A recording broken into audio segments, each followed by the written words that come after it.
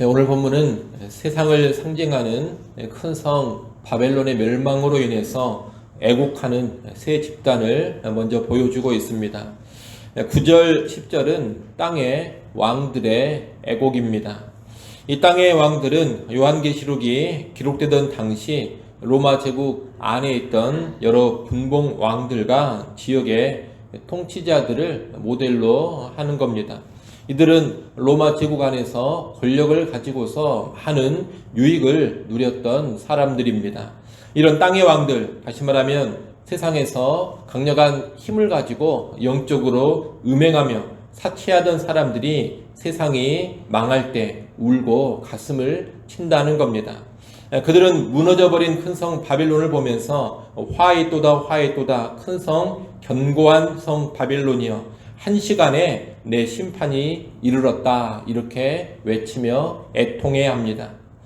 11절로 17절은 땅의 상인들의 애곡입니다. 이 상인들은 당시 로마 제국에서 상업이나 무역을 통해서 큰 부를 축적하고 누렸던 사람들을 모델로 하고 있습니다. 땅의 상인들, 곧 세상에서 상업과 무역 같은 경제활동을 통해서 큰 부를 축적하고 누렸던 사람들이 이제 세상이 망하자 크게 울고 애통한다는 겁니다. 12, 13절에 보면 이 상인들이 거래하던 물품들의 수많은 목록이 나옵니다. 거기 보면 귀금속류, 의류, 실내 장식품, 향품류, 식품류, 가축류, 그리고 맨 마지막으로 13절 맨 뒤에 나오는 것처럼 종들과 사람의 영혼들이 나옵니다. 종들과 사람의 영혼들이란 노예 무역을 의미하는 것으로 이해할 수 있겠습니다. 이 12절, 13절에 있는 수많은 품목들은 요한계시록이 쓰여지던 당시 로마 제국 안에서 거래되던 것들인데 큰 성 바벨론으로 상징되는 세상이 얼마나 부유하고 얼마나 사치스러웠는지를 잘 보여줍니다. 이 세상은 부와 사치, 향락으로 가득 차 있습니다. 또 노예무역이 보여주는 것처럼 세상은 그런 부와 사치 향락을 어떻게 누렸느냐, 수많은 사람들을 억압하고 착취하면서 누렸습니다. 그런데 그런 사치와 향락, 경제적 부유함의 중심에 서 있던 상인들이 큰 성 바벨론, 다시 말하면 세상의 멸망을 보면서 크게 애곡하고 있는 겁니다. 16절부터 17절 상반절을 보면 이 상인들은 화이또다 화이또다 큰 성이여 세마포 옷과 자주옷과 붉은 옷을 입고 금과 보석과 진주로 꾸민 것인데 그러한 부가 한 시간에 망하였도다 이렇게 말하면서 애통해 하고 있습니다. 17절 하반절부터 19절까지는 선장들과 선객들과 선원들과 바다에서 일하는 자들의 애통입니다. 이들은 해양 산업에 종사하면서 생계를 유지하는 사람들입니다. 당시 로마 제국이 지중해를 장악하면서 강성함과 부유함을 누렸는데 그 지중해를 거점으로 해서 유익을 누리는 사람들이 바로 이 바다 사람들입니다. 그 바다 사람들을 모델로 해서 세상에서 유익을 누리는 이들이 큰 성 바벨론이 망했을 때 애통함을 보여주는 겁니다. 19절에 보면 이들은 화이또다 화이또다 이 큰 성이여 바다에서 배부리는 모든 자들이 너의 보배로운 상품으로 치부하였더니 한 시간에 망하였도다 이렇게 말하면서 애통하고 있습니다.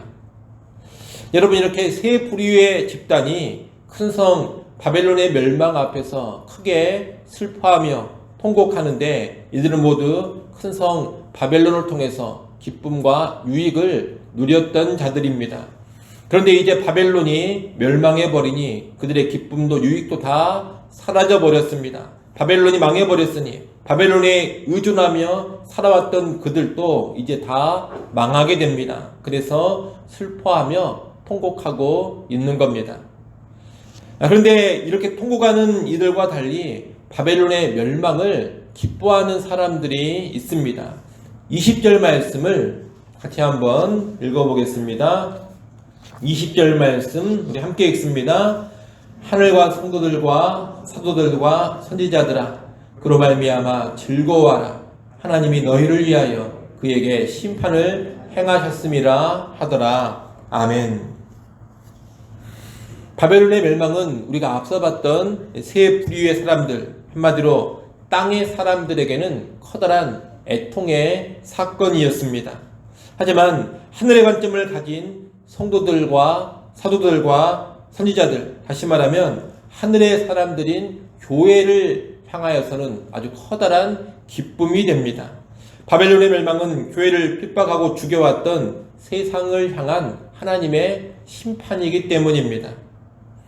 이렇게 세상을 상징하는 큰 성 바벨론의 멸망은 상반된 두 결과를 가져옵니다. 누군가는 애통을 합니다. 하지만 누군가는 크게 기뻐하는 겁니다. 여러분, 큰 성 바벨론, 곧 하나님을 대적하는 세상은 반드시 멸망합니다. 너무나 크고 강해서 이 세상이 무너질 것 같지 않습니다만 하나님의 때가 되면, 예수 그리스도께서 재림하시게 되면 한시간에, 다시 말하면 순식간에 멸망하고 마는 겁니다. 주님 다시 오시는 그날, 하나님의 심판이 임하는 그날, 이 세상은 일순간에 끝장나 버릴 겁니다. 세상이 망하는 날, 이 세상을 사랑하고 세상에 소망을 두고 세상의 모든 부와 즐거움에 모든 것을 걸었던 사람들은 크게 애통하게 됩니다. 세상과 짝하면서 땅의 온갖 화려함과 부유함을 누렸던 그런 자들은 비참해진다는 겁니다. 그러나 이 세상의 끝까지 저항하면서 믿음을 지켰던 성도들, 세상과 짝하기보다는 하늘에 소망을 두고 하나님의 뜻을 따라 살았던 그 성도들은 세상이 망할 때에 크게 기뻐하고 즐거워하게 됩니다. 그날이 최후 승리의 날이기 때문입니다. 세상이 망하는 재림의 그날, 교회는 모든 것을 위로받고 영광을 누리는 그런 기쁨을 누리기 때문입니다. 오늘 우리는 우리 자신을 한번 잘 돌아봐야 되겠습니다. 오늘 나는 세상이 망할 때 어떤 반응을 보일 사람들인가? 여러분, 나는 어떤 사람입니까? 내일이라도 이 세상이 순식간에 망한다면 통곡하며 슬퍼할 사람입니까? 아니면 기뻐 뛰며 즐거워할 사람입니까? 참된 믿음의 백성이라면 세상의 망함을 보고 슬퍼하는 것이 아니라 기뻐 뛰며 즐거워할 것입니다. 나는 과연 그런 참된 믿음의 백성인가? 다시금 잘 돌아보시기를 바랍니다. 여러분, 세상의 핍박 가운데서도 늘 예수 믿는 믿음을 잘 지키며 살아가십시오. 세상에 소망을 두지 마시고 하늘에 소망을 두고 살아가십시오. 땅의 것을 추구하지 말고 위의 것을 생각하며 살아가십시오. 세상을 사랑하고 세상과 영적 음행에 빠지지 마시고 거룩하고 순결한 그리스도의 신부로 살아가십시오. 그렇게 살아간다면 세상이 망하는 그날, 우리 주님께서 다시 오시는 재림의 그날을 애통이 아니라 기쁨과 즐거움으로 맞이할 수 있을 겁니다. 아무쪼록 우리 모든 성도들은 주님 다시 오시는 그날, 큰 성 바벨론, 세상이 멸망하는 그날을 큰 기쁨으로 맞이할 수 있기를 간절히 축원합니다. 기도하겠습니다.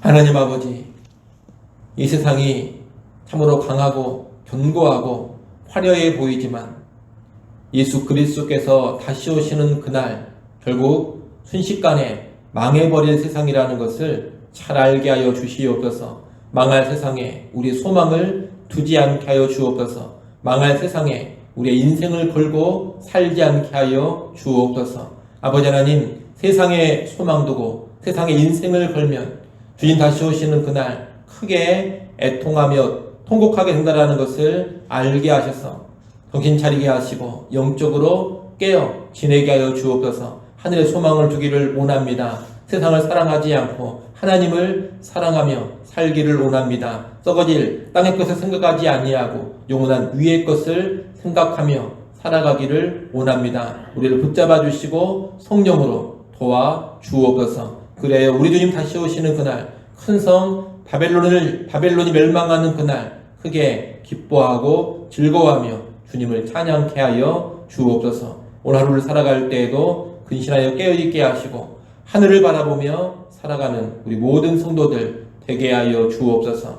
하나님의 새벽 시간 우리를 깨워주시고 기도하는 자리로 불러주셔서 감사합니다. 우리의 구할 것을 감사함으로 하나님께 아뢰는 시간 되게 하여 주옵소서. 새벽에도 오시는 하나님의 능력과 은혜를 누리게 하여 주옵소서. 예수님의 이름으로 기도드리옵나이다. 아멘.